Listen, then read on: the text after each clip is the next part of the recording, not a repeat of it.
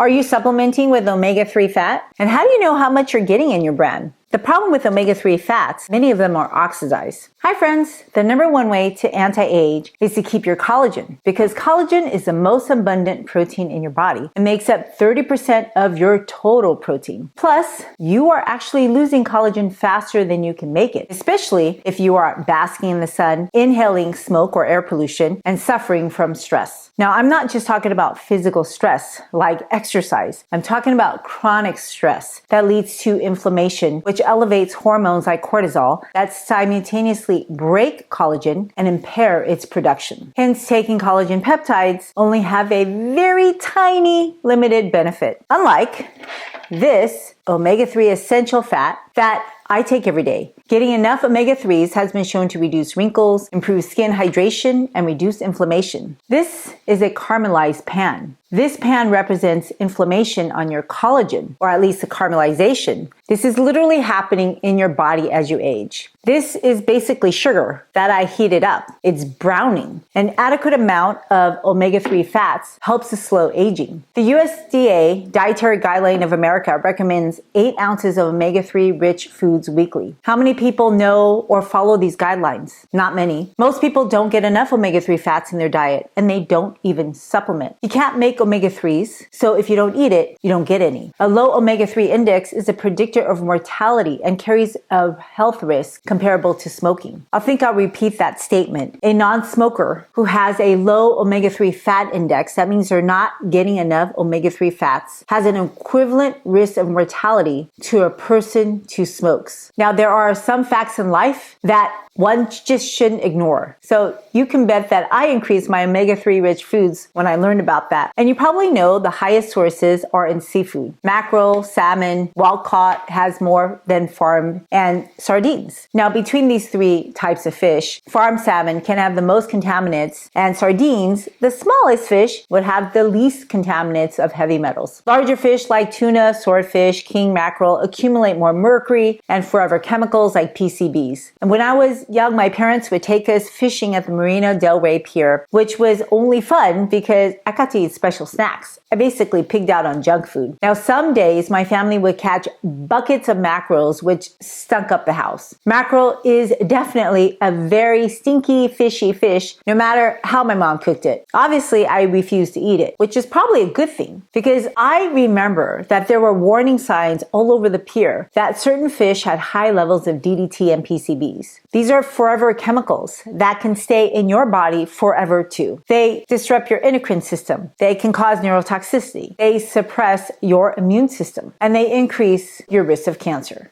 Unfortunately, fish oil is where they accumulate, which is also where you find omega-3 fats. So what does one do if they want to avoid toxins and detox? Well, nature has an answer to that. There are foods that can help you detox while simultaneously giving omega-3 fats, like flaxseeds, which is a much safer source of omega-3 fats. Plants support liver detox from heavy metals through chelating compounds when you eat them. They also are antioxidants. They activate enzymes, and they support your bile. Now, flax seeds are rich in both soluble and insoluble fibers, which binds to metals like lead, cadmium, mercury, and arsenic in the intestines. So it traps these toxins in the gut and prevents their absorption into your bloodstream, because flax seeds promote regular bowel movements. This ensures that more metals and toxins can be eliminated in a timely manner. But of course, it's limited to what you get exposed to and how much of it you eat. Flax seeds are the richest source of dietary lignans, like that name. I'm not even going to try to pronounce it. Let's just call it SDG. SDG acts as an antioxidant to protect your liver and kidneys from heavy metal-induced oxidative stress. And technically, plants only have alpha-linolenic acid that your body has to convert to omega-3 fatty acids, like EPA, eicosapentaenoic acid, and DHA, docosahexaenoic acid. 2 other plants that are high in ALA are chia seeds and walnuts. And it is critical that you get a more than an adequate amount of omega-3 fats, not just for your collagen. This is aging. This is a result of inflammation. Omega-3 fats are integral to the structure of your cell membranes, especially in your brain and eyes, and are crucial for fetal brain development development and may support cognitive function and mood. Omega-3 fats reduce chronic inflammation to improve heart health, autoimmune conditions, and neurodegenerative diseases. They help to lower triglycerides, reduce blood pressure, improve endothelial function, modulate immune response, and support the resolution of inflammation, especially DHA-derived resolvins and protectants. And I love how natural ingredients help our bodies in many different ways. If you are into longevity, then I'm sure you are looking for ways to boost your brain power. Omega-3s have been shown to boost BDNF, brain-derived neurotrophic factor. How much? Well, multiple studies targeting 1.5 grams of omega-3s daily appear to help recovery, especially after trauma. Personally, I don't trust my food totally, so I supplement with clean omega-3s in addition to focusing on plant sources of omega-3s.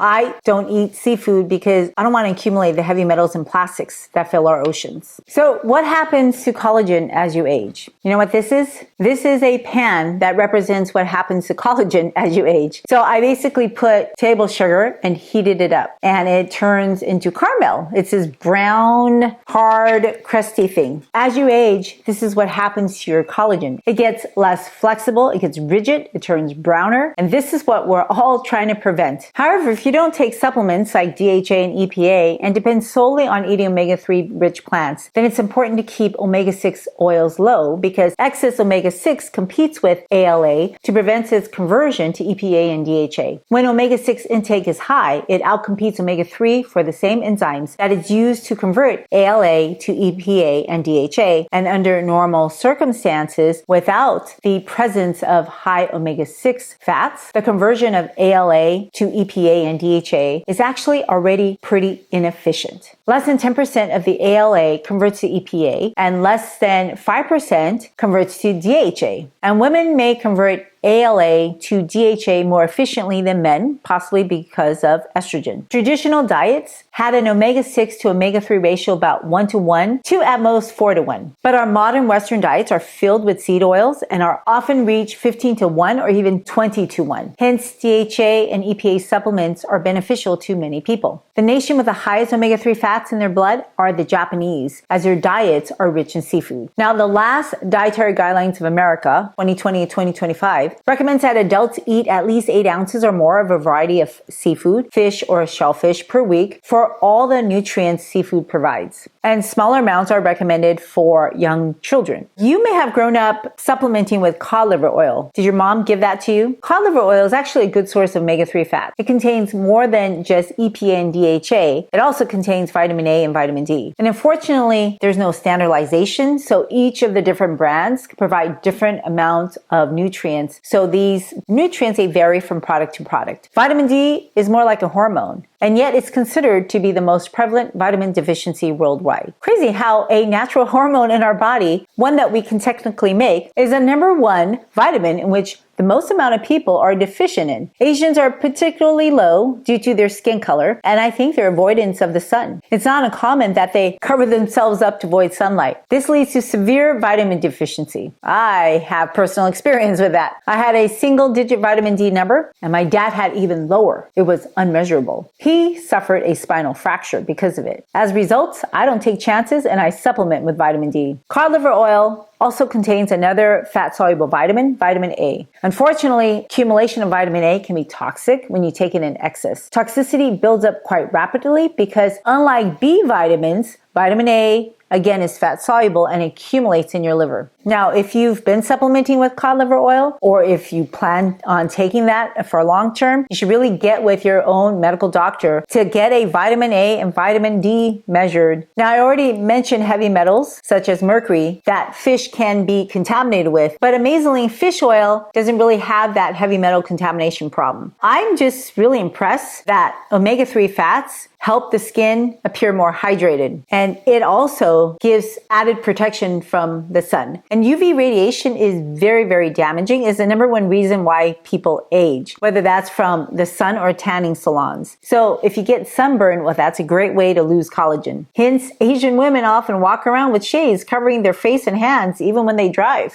It doesn't help with our poor vitamin D levels. Have you seen those Korean hydration masks? And like expensive facial creams, hydration masks, they only work on the outside of the skin. But getting enough omega-3s daily will not only keep your collagen on your skin look younger, but actually will help you stay youthful inside. Which brands of omega-3 fats do you prefer? Are you supplementing with omega-3 fat? And how do you know how much you're getting in your brand? The problem with omega-3 fats is that many of them are oxidized. And just like everything else in life, the quality of your omega-3 fats determines its benefits. Oxidized fish oil can actually raise your LDL cholesterol, which ages your body faster. And yes, I know there are different types of LDL cholesterol. That's old news. Heard about Apolipoprotein B levels? Elevated Apolipoprotein B levels increases your risk of having a cardiovascular event. And oxidized fish oil can elevate your Apolipoprotein B levels because it is a marker of your body's total LDL cholesterol levels. Hence, you can't just randomly buy a fish oil supplement.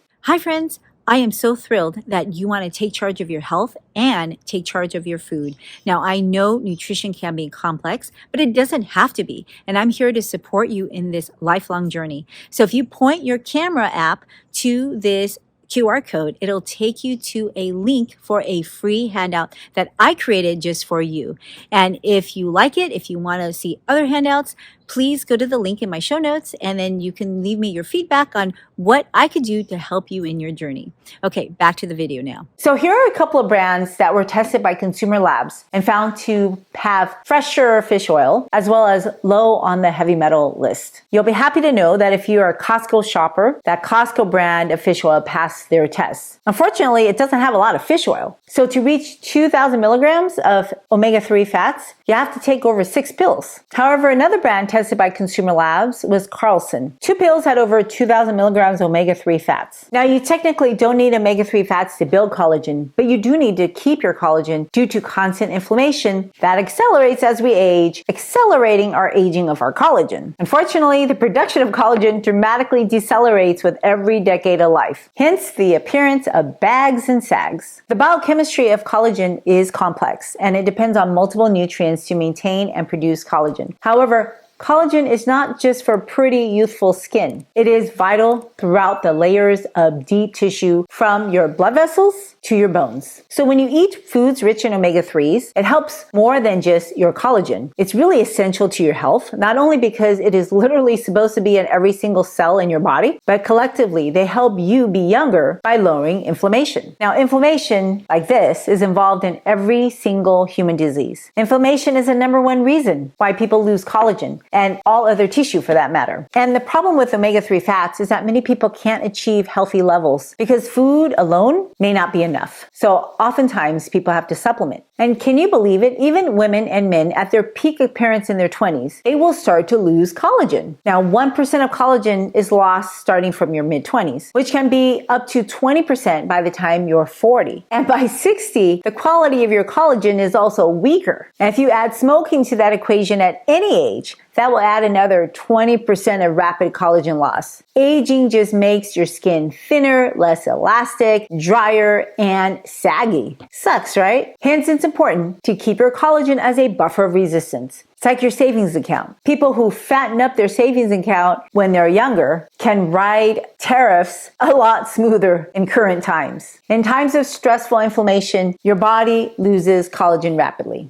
And by the way, collagen is found in your bone, your joint, your blood vessels, your organs, and your skin. And that's why this little guy, an omega-3 essential fatty acid, has profound effects on your health. And in order to make collagen, you actually need special cells called fibroblasts, which are the collagen-producing cells for your skin, tendons, and ligaments. Omega-3s may enhance fibroblast proliferation and function, especially when combined with antioxidants like vitamin C and vitamin E. Inflammation can activate fibroblasts, and unfortunately, excess activation can make the fibroblasts inflammatory themselves, contributing to diseases of aging. Some studies show that EPA and DHA can upregulate genes involved in extracellular matrix production, which includes collagen. Specifically for the skin, omega-3s improve skin barrier function and hydration. And in the skin, this indirectly supports collagen integrity by reducing UV-induced inflammation and damage called photoaging, which I mentioned earlier is strongly associated with faster collagen breakdown and aging. So how does getting enough omega-3s improve longevity? There are several theories. Number 1, eating the right amount of omega-3s can help prevent heart disease and cardiovascular events. Now, this is because it can slightly lower blood pressure. It improves arterial function. It slows plaque development in arteries, which reduces the risk of heart attacks and sudden cardiac death. And how does it exactly do that? Well, there are lots of guesses. One theory is that it lowers triglycerides. Omega-3 fats can reduce triglyceride levels by about 15%, in addition to improving mental health conditions, preventing dementia, improving aging eye conditions, and arthritis. Now remember, this isn't medical advice. So before you start any supplement, please see your own physician. Triglycerides are a type of fat or lipid in your body.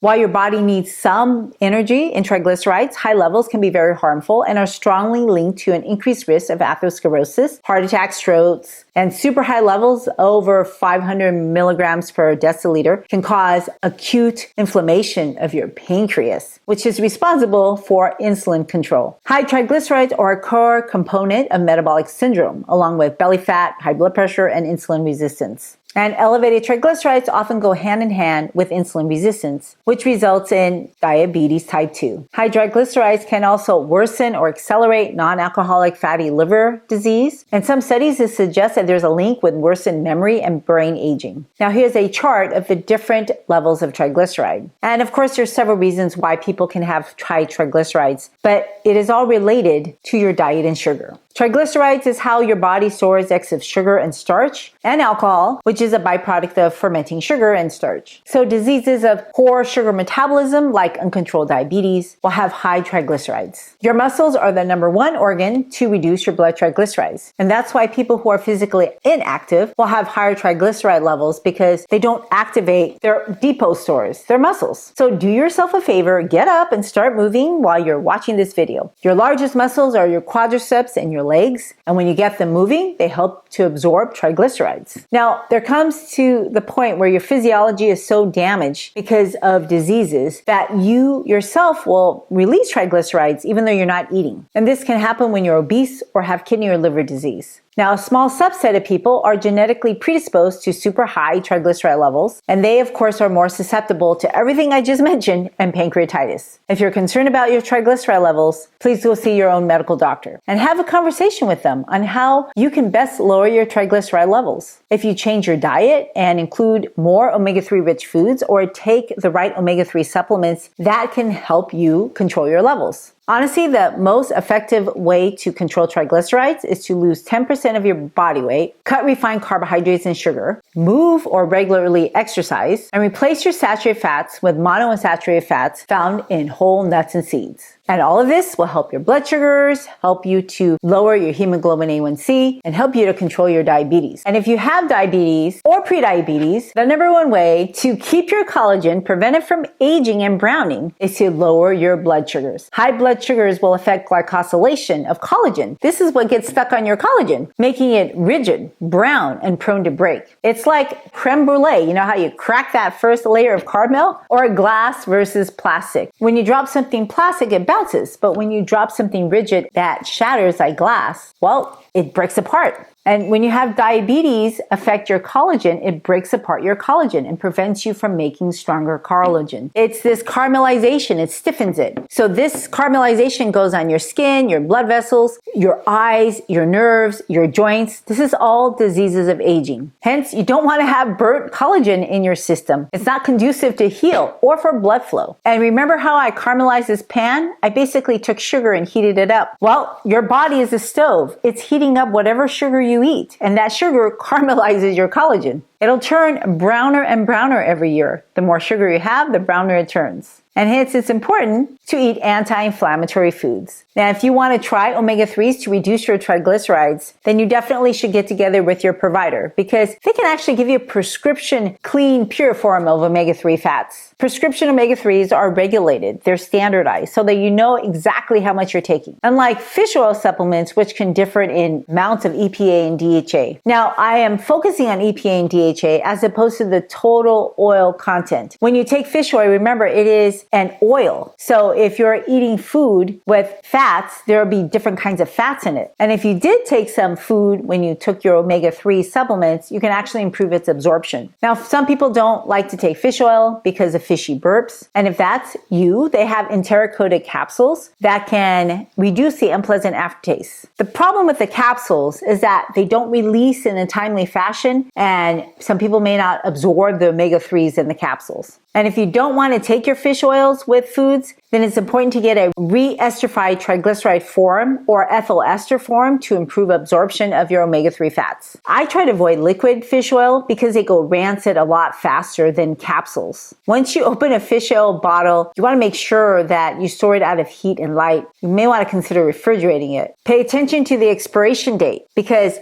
fish oil is high in polyunsaturated fats and they go rancid quite easily. And I had mentioned earlier that if you can take oxidized oil, which means it's gone rancid, then you can elevate your LDL cholesterol levels. And just like everything else in life, you don't want to mega dose something just because it has some good benefits. Because super high doses of fish oil, that can actually increase your risk of having abnormal heart rhythms called atrial fibrillation. And theoretically, you can thin your blood and lower your blood pressure too. Now, the omega-3 supplements are made from lots of different animals. Besides fish, krill, calamari, and even mussels can be used to get omega-3s. But all these animals, they actually can't make omega-3 fats. These animals eat other animals which have omega-3 fats, or they eat the direct source, which are algae. Those are the original source of omega-3 fats. And hence, you can actually get an algae supplement, an algae oil, that is even better because you're going directly to the omega-3 source. Now, I personally try to supplement with algae oils, but I also try to eat foods high in omega-3s, like flaxseeds and walnuts, because they have a ton of other benefits. And if you want to learn more about that, watch the next video.